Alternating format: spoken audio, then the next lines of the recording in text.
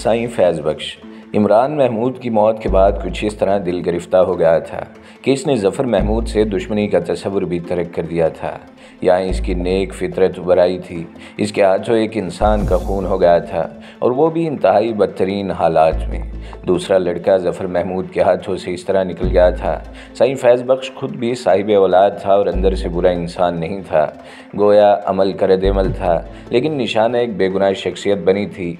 इसने खुद इसी जगह जहाँ इसकी हवेली जली थी अपनी हवेली तामीर कराई और इसके बाद इसके किसी भी आदमी ने ज़फ़र महमूद को कोई तकलीफ़ पहुँचाने की कोशिश नहीं की, बल्कि वो खुद भी 2-3 बार ज़फ़र महमूद के पास गया। ज़फ़र महमूद बीमार रहने लगा। बेटे की जुदाई इसके लिए एक शदीद सदमा बन गई थी। इसकी बीवी भी गमज़दा थी। बाकी बेटे आहिस्ता आहिस्ता इसकी ज़िम्मेदारियाँ संभालते जा रहे थे और अब तो वक़्त भी बेपनाह गुजर चुका था। ज़फ़र महमूद ने एक दिन अपनी बीवी से कहा, बेटों का तो कोई मसला नहीं, अल्लाह ताला ने इन्हें कोई बेटी नहीं दी, बेटों की शादियां भी आहिस्ता आहिस्ता कर ली जाएं, लेकिन बड़े भाई की बेटी जो इनकी अपनी ज़िम्मेदारी है, इससे अगर सबकदोश हो जाएं तो बहुत अच्छा हो। महरून निसा के लिए लड़का जहन में है। एक बार सुल्तान के हाथों हसन को तकलीफ़ पहुंची थी और इस वक्त से भाई शाहद मसूद के दिल में मेरे लिए बाल फट गया है और वो थोड़े से खिंच गए हैं, लेकिन मैं अब अगर हसन के लिए बात करूँ तो हो सकता है वो तैयार हो जाएँ। बहरहाल कोशिश कर लेने में कोई हर्ज नहीं। चुनांचे ज़फ़र महमूद शाहिद के पास कराची पहुँच गया। इसने शाहिद मसूद से कहा कि कई साल से वो महसूस कर रहा है कि वो खिंचा हुआ है, लेकिन इसे अच्छी तरह मालूम है कि अब वो सुल्तान से बिल्कुल महरूम हो चुका है। कसूर इसका नहीं बल्कि सुल्तान का था, जिसने हसन को मारा पीटा। दो दोस्तों के दरमियान इतनी खिंचावट नहीं पैदा होनी चाहिए। ज़फ़र महमूद की दिली कैफियत को शाहिद अच्छी तरह समझता था। खिंचावट बेशक दिल में थी, लेकिन वो बात अब बहुत पुरानी हो गई थी। चुनांचे इसने ज़फ़र महमूद को सीने से लगा लिया और माजरत आमेज़ लहजे में कहा, इंसान के अंदर कुछ कमज़ोरियाँ फितरी होती हैं, मैं भी इन्हीं फितरी कमज़ोरियों का शिकार हो गया था। आपसे माफ़ी चाहता हूँ। नहीं, बात वाकई जायज़ थी तुम्हारी, मगर मैं तो बेचारे साईं फैज़ बख्श के लिए कुछ भी ना कर सका। इसके अलावा न जाने मेरा बेटा कहाँ चला गया। इमरान की बात कर रहा हूँ। मेरा सारा वजूद ज़ख्मी है शाहिद, एक दरख्वास्त लेकर आया हूँ तुम्हारे पास। क्या बात है, कहो, उसने कहा। महरून निसा मेरे पास मेरे भाई की अमानत है। मैं चाहता हूँ कि अब इस अमानत को तुम अपनी तहवील में ले लो। मेरी ख्वाहिश है कि हसन के साथ महरून निसा का निकाह कर दिया जाए और मैं इसे तुम्हारे पास भेज दूँ। तुम यकीन करो, ये मेरी दिली आरज़ू थी, लेकिन मैं सोच रहा था कि कहीं मेरे रवैये ने तुम्हें मुझसे बददिल न कर दिया हो। इससे अच्छी तो कोई बात हो ही नहीं सकती। इधर हसन भी शादी पर खुलूस दिल से आमादा था। हसन और महरून निसा एक दूसरे को दिलो जान से चाहते थे। चुनांचे बाकी मराहल तय होने में कोई दिक्कत न हुई और महरून निसा हसन की मलकियत बन गई। सुल्तान के फरिश्तों को भी इस बात का इल्म नहीं था कि महरून निसा इसे मुकम्मल तौर से भूल चुकी है और ना ही इसे सुल्तान की दी हुई वार्निंग याद है। हसन इसके ख्वाबों की ताबीर था। इसके साथ ज़िंदगी का वक़्त खूबसूरती से कट रहा था, लेकिन इंसानी ज़िंदगी ऐसी ही सिफ़ात का नमूना है, इसे करार कहाँ। सुल्तान ज़िंदगी तामीर कर रहा था। इसके पास बेपनाह दौलत जमा हो गई। चुनांचे इसने एक आलीशान कोठी ख़रीदी थी, कार ख़रीदी, मुलाजिम रखे गए और अपने कुर्ब जवार में एक शानदार और मुअज़्ज़ज़ शख्स की हैसियत इख्तियार कर गया। शख्सियत पहले से शानदार थी। इसे अपना घर याद था, महरून निसा याद थी, लेकिन अभी कुछ और चाहता था। इसके बाद वो सखर का रुख करना चाहता था। एक शाम जब वो एक जनरल स्टोर में ख़रीदारी कर रहा था, इसकी निगाह सड़क की दूसरी तरफ उठ गई, जहाँ एक कीमती कार में एक औरत बैठी थी। सुल्तान पर बिजली से गिरी वो महरून निसा थी, 100% महरून निसा। वो देखता रह गया और कार आगे बढ़ गई। सुल्तान की दुनिया तहोबाला होकर रह गई। अब तक की ज़िंदगी में बहुत सी खूबियाँ और बहुत सी खामियाँ थीं, लेकिन खूबी ये थी कि इसने किसी ऐसी गंदगी को नहीं अपनाया था जो ज़मीर का दाग बन जाती। आज तक इसकी ज़िंदगी में इसे जो आसानी हासिल हुई थी, इससे अगर वो चाहता तो कई बुराइयाँ इसके दामन से मुंसलिक हो चुकी होती, लेकिन महरून निसा के ख़याल को इसने अपने हर एहसास पर गालिब रखा था और इन रास्तों पर सफ़र नहीं किया था जो मोहब्बत से महरूम होकर ख्वाहिशात को बिल्कुल ही पुर कर देते हैं। चुनांचे इस वक्त अपनी मतलूबा ज़िंदगी को देखकर जो कैफियत इस पर तारी हुई थी, इसने बाकी तमाम कैफियतों को पसे पुश्त डाल दिया। कार निगाहों से ओझल हो गई। इसकी कार फासले पर खड़ी थी और ड्राइवर इसके नज़दीक खड़ा इसका इंतज़ार कर रहा था। सुल्तान पर वहशत तारी हो गई। यह 100% महरुन्निसा थी, लेकिन कितनी बदली। वो अंदाज ही नहीं था जो महरुन्निसा के बांकपन का इजहार करता। इस वक्त इसके अंदर पुख्तगी थी, ज़माना शनासी थी, लेकिन ऐसा कैसे हो गया? इसके बाद जब वो अपनी कार में आकर बैठा तो ड्राइवर ने बड़े पुरअदब लहजे में कहा, सर कहाँ चलूँ? सखर, सुल्तान ने जवाब दिया और ड्राइवर चौंक कर इसे देखने लगा। अपनी सीट पर बैठकर इसने कार स्टार्ट की और एक बार फिर मादरत अमेज़ लहजे में बोला, सर जी बात मेरी समझ में नहीं आई, कहाँ चलने के लिए फरमाया आपने? सखर नहीं जानते? सिंध का एक शहर है। जी सर, ड्राइवर ने कहा। नहीं जा सकते तुम? उतरो, मैं खुद गाड़ी ड्राइव करना जानता हूँ। नहीं सर, मैं जाता हूँ। जा सकता हूँ, ड्राइवर ने कहा और कार आगे बढ़ा दी। इसके ये हुक्म इसके लिए बड़ा ही अजीब था। जाने कितना लंबा सफ़र, इसके अपने बीवी बच्चे भी थे। कहीं इतला दिए बगैर अगर 7-8 घंटे के सफ़र पर निकल जाता तो परेशान हो सकते थे, और फिर कौन जाने वापसी कब हो। लेकिन मालिक का हुक्म नागहानी था। अब जो भी होगा देखा जाएगा। एक पेट्रोल पंप पर कार रोक कर इसने कार की टंकी फुल करवाई। इसके बाद चल पड़ा। वो खामोश बैठा हुआ था, लेकिन इसके अंदर न जाने कितने जवार भाटे उठ रहे थे। वो एक अजीब सी वहशत का शिकार था। सोचों का न जाने कैसा अंदाज था। काश होशो हवा से काम लिया होता और इस कार का नंबर ही देख लिया जिसमें वो नज़र आई थी। फौरी तौर पर सखर जाने की ज़रूरत पेश ना आती। कार के नंबर से पता चल जाता कि कार कहाँ की है। मगर ये बदला हुआ अंदाज, कितनी तब्दीली आ गई है इसके अंदर। अब आंखें कम से कम महबूब के सिलसिले में तो इतना धोखा नहीं खा सकती। वो किसी और को महरुन्निसा समझ बैठा हो, ऐसा नहीं हो सकता। बात वही बेपनाह मोहब्बत की थी और अपनी मोहब्बत ही में वो इसे धमकियां देकर आया था। लेकिन क्या ये धमकी सिर्फ धमकी की हद तक रह जाएगी? तवील तरीन सफ़र जारी रहा और आखिरकार वो वहाँ पहुँच गया जहाँ इसने ज़िंदगी गुजारी थी। तमाम वसवसे अब बेमकसद हो चुके थे। वो दर हकीकत एक ताकत बनकर वापस लौटा था और ताकत से टकराने वाला अब सिर्फ नुकसान उठा सकता था। यह हवेली जिसे वो छोड़ कर गया था जूं की तू नजर आ रही थी। सुल्तान नहीं जानता था कि ज़िंदगी के ये 7 साल इस हवेली पर क्या बनकर गुजरे और हवेली के मकीनों पर क्या क्या भी थी। शानदार चमचमाती हुई कार जब हवेली के दरवाजे पर पहुंची तो चौकीदारों ने आगे बढ़कर सवाल किया कि कौन है और किससे मिलना चाहता है। ये अजनबी चौकीदार थे और सुल्तान को नहीं जानते थे। सुल्तान ने धड़कते दिल से कहा, चौधरी जफ़र महमूद साहब से मिलना है। मगर साईं आप कौन हो और बड़े साईं से क्यों मिलना चाहते हो? एक लम्हे के लिए जो एहसास सुल्तान के दिल में पैदा हुआ इसे करार आ गया। इसने पहले माँ बाप के बारे में कभी इस अंदाज से नहीं सोचा, लेकिन खून होता है और वसवसे फितरत का एक हिस्सा। इसे खौफ हुआ था कि कहीं आगा साहब इस दुनिया से रुखसत न हो गए हों। लेकिन चौकीदार ने जिस अंदाज में ये बात कही, इससे दिल को ढारस हुई। इसने कहा, आगा साहब से कहो कि इनका एक दोस्त इनसे मिलने आया है, बस इतना कह दो, अब फ़ौरन ये दरवाज़ा खोल दो, मैं इतनी देर इंतज़ार नहीं करता।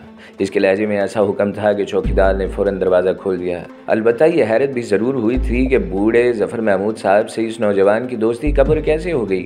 कार हवेली में दाखिल होकर इसके पोर्च में रुक गई। एक चौकीदार भागा हुआ पीछे पीछे आया। दूसरे मुलाजमीन भी आसपास टहल रहे थे। भागने वाले चौकीदार ने कहा, साहब जी आपका नाम क्या है? वो नए थे, अजनबी थे, लेकिन सारे के सारे नए नहीं थे। एक पुराने मुलाजिम ने एक लम्हे में उसे पहचान लिया और फ़ौरन इसकी जानिब लपका। इसी दौरान किसी गोशे से शकूर भी निकल आया और इसके बाद हंगामा सा हो गया। मुलाजिम चीखता हुआ अंदर भागा, बेगम साईं, साईं ज़फ़र, बड़े साईं सुल्तान जी आ गए, बड़े साईं हमारे सुल्तान जी आ गए। शकूर भी करीब पहुंच गया। सुल्तान आहिस्ता आहिस्ता पुरवकार अंदाज में आगे बढ़ा। इधर मुलाजमों की आवाज़ ने बेगम साहिबा और आगा ज़फ़र को भी आगाह कर दिया कि सुल्तान आ गया है। बेटा कितना ही बुरा हो, लेकिन था तो बेटा। माँ बाप दौड़ पड़े और इसके बाद रिक्कत आमेज़ मनाजिर को कौन रोक सकता था। आगा ज़फ़र जैसा पत्थर दिल इंसान बच्चों की तरह बिलख रहा था। आए बेटे, कलेजा निकाल कर ले गए तुम दोनों हमारा, कलेजा निकाल कर। बेटे, बिन मौत मार गए तुम हमें। संभालिए ख़ुद को बड़े साईं, संभालिए ख़ुद को। आगा साहब, आपने पत्थर का टुकड़ा समझा मुझे। आपने मुझे अपने रास्तों पर चलाना चाहा था, लेकिन मैंने आपसे कह दिया था कि आप बड़ी अज़मत को तस्लीम कर लें। कसूर आपका था आगा जी। अगर आप मुझे बड़ा मान लेते तो मैं आपसे रुखसत होकर कहीं ना जाता। मेरी बात नहीं मानी आपने। मैंने कहा था मैं अजीम हूँ। देख लीजिए मेरी अज़मत के हज़ारों सबूत। कराची के कीमती तरीन इलाके डिफेंस में मेरी अजीम शान कोठी है। किसी भी तरह इस कोठी में आपसे कम मुलाजिम नहीं। मेरी आमदनी बेपनाह है, मेरे कदमों में दौलत के अंबार हैं, मैं दुनिया की हर चीज़ खरीद सकता हूँ, सब कुछ खरीद सकता हूँ। मैं यही आपको बताना चाहता था। आपकी बुजुर्गी, आपका एहतराम मैंने कभी नज़रअंदाज नहीं किया। वो सिर्फ आप थे जो मेरे जिस्म पर कोड़े मार सकते थे। किसी और को ना ये हक मैंने दिया और ना ही दे सकता था, मगर आपने मुझे तस्लीम ही नहीं किया। मैं क्या करता? भाग जाओ बेटा, भाग जाओ, समझे, भाग जाओ। बड़ी मुश्किल से साईं फैज़ बख्श की हवेली के शोले बुझे हैं। बड़ी मुश्किल से मुझे कुर्बानियाँ देकर अमन मिला है। हाय मेरा इमरान ऐसा गुम हुआ कि इसका कभी पता ही न चला।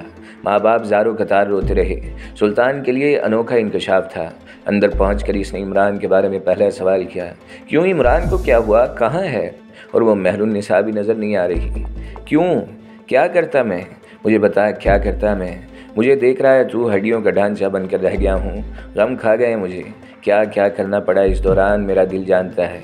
वो मेरे भाई की निशानी थी। मैं इस दुनिया से रुखसत हो जाता तो कौन था जो इसकी देखभाल करता, इसकी शादी करता? इतना बीमार था मैं कि ज़िंदगी का तसव्वुर ही ख़त्म हो गया। ऐसे हालात में मुझे खुद शाहिद से बात करना पड़ी। मैंने कहा कि वो मेरा बोझ बांट ले और इसने दोस्ती की लाज रखी। इसने मेरी जिम्मेदारी अपने कंधों पर ले ली और इज़्ज़त के साथ महरुन्निसा को ले गया। बेटा, कितना लंबा सफ़र तय करके आए हो तुम, कराची से आ रहे हो? माँ ने कहा। हाँ, जाओ गुस्ल करो, तुम्हारा कमरा इसी तरह है। मैंने इस कमरे के दरवाजे को सिर्फ मुलाजमों से साफ़ कराने के लिए खोला है, वरना तुम्हारा कमरा भी इसी जगह मौजूद है और मेरे इमरान का कमरा भी।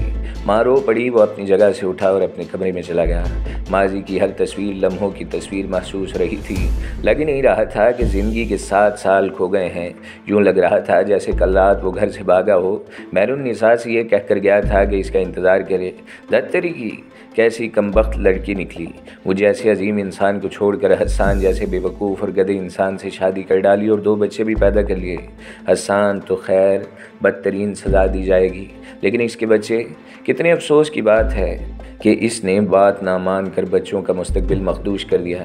नहीं महरुन्निसा, मैं आज़म का पक्का हूँ, जो होगा इसके बाद मुझसे शादी करना होगी। गुस्ल वगैरह से फरागत के बाद वो बिल्कुल पुरसुकून हो गया, क्योंकि जहन में जो मंसूबे बनाए थे इनकी तकमील करना जानता था। फिर माँ बाप के साथ रात को 2-3 बजे तक रहा। आगा जी इसके आने से बहुत खुश थे। इनके चेहरे पर रौनक दौड़ गई थी। बेटों में से एक वापस आ गया, लेकिन इन्हें साईं फैज़ बख्श का खौफ था। रात को इसने इसका मुकाम पूछा। उसने कहा, बताया तो था कराची में कोठी बना ली है, तेरे पास दौलत के अंबार हैं। आगा जी, दौलत अब मेरे कदमों तले है। कोई बड़ा कारोबार किया हुआ है? आगा साहब ने कहा।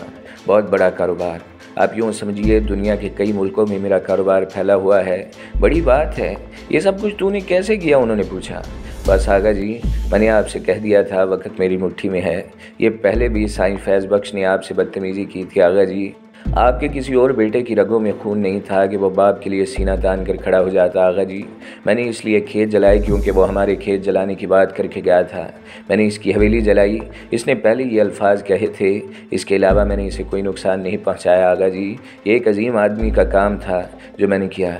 इसके बाद भी अगर आप मुझे कसूरवार मानते हैं तो आपकी मर्ज़ी है। ऐसा तो होता है, दुनिया के हर बड़े आदमी को इसी तरह होता है, और जब वो इस दुनिया से चला जाता है तो फिर लोग इसकी अज़मत के गीत गाते हैं। अपनी ज़िंदगी में ही आप लोगों को ये बता देने में कामयाब हुआ हूँ कि मैं अजीम था, अजीम हूँ और अजीम रहूँगा।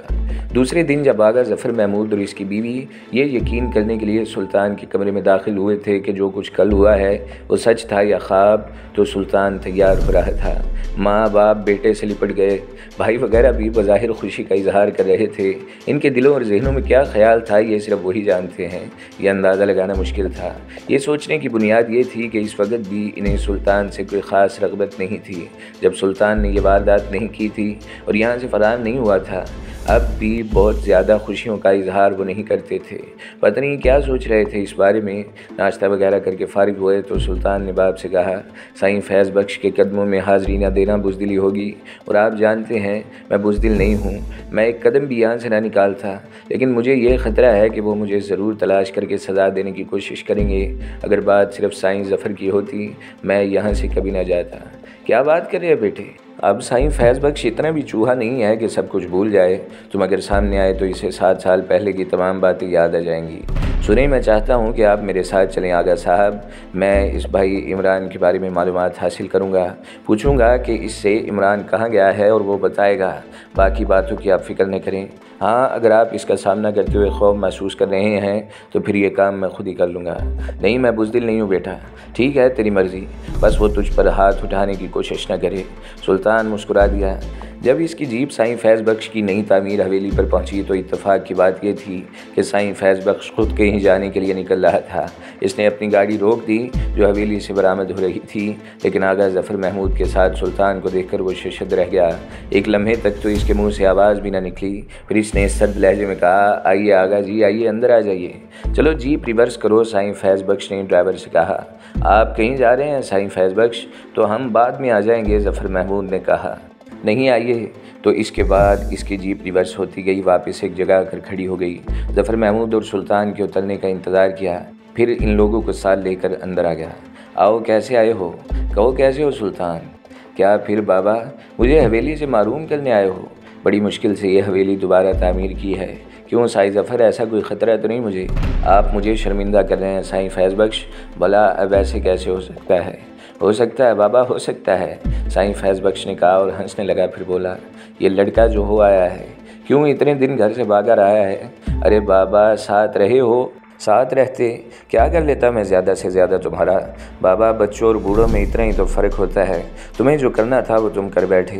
मगर तुम्हारे वालिद को ये बात मालूम है कि जब पुलिस आई, इसने मुझसे पूछा कि साईं फैज़ बख्श हवेली में आग कैसे लगी, तो मैंने कहा, बाबा, आग तो आग होती है। अब तुम्हें आग लगा कर बता तो नहीं सकता कि आग कैसे लगी। जाओ, मैंने तुम्हारा नाम नहीं लिया था सुल्तान। और इसके बाद साईं फैज़ बख्श, आपने मेरे भाई को अगवा कर लिया था, सुल्तान ने कहा। और फैज़ बख्श का चेहरा उतर गया। हाँ बाबा, गुस्से और जोश में वो गलती हो गई थी मुझसे। बाद में मुझे इसका बहुत बड़ा दुख हुआ और एक बात पता नहीं चल सकी कि इमरान यहाँ से भाग कर कहाँ गया। मैं यही मालूम करने आया हूँ साईं फैज़ बख्श कि इमरान यहाँ से भाग कर कहाँ गया। आपको ये बात ज़रूर मालूम होगी। फैज़ बख्श का मुंह एक लम्हे के लिए खुला, फिर बंद होकर रह गया था।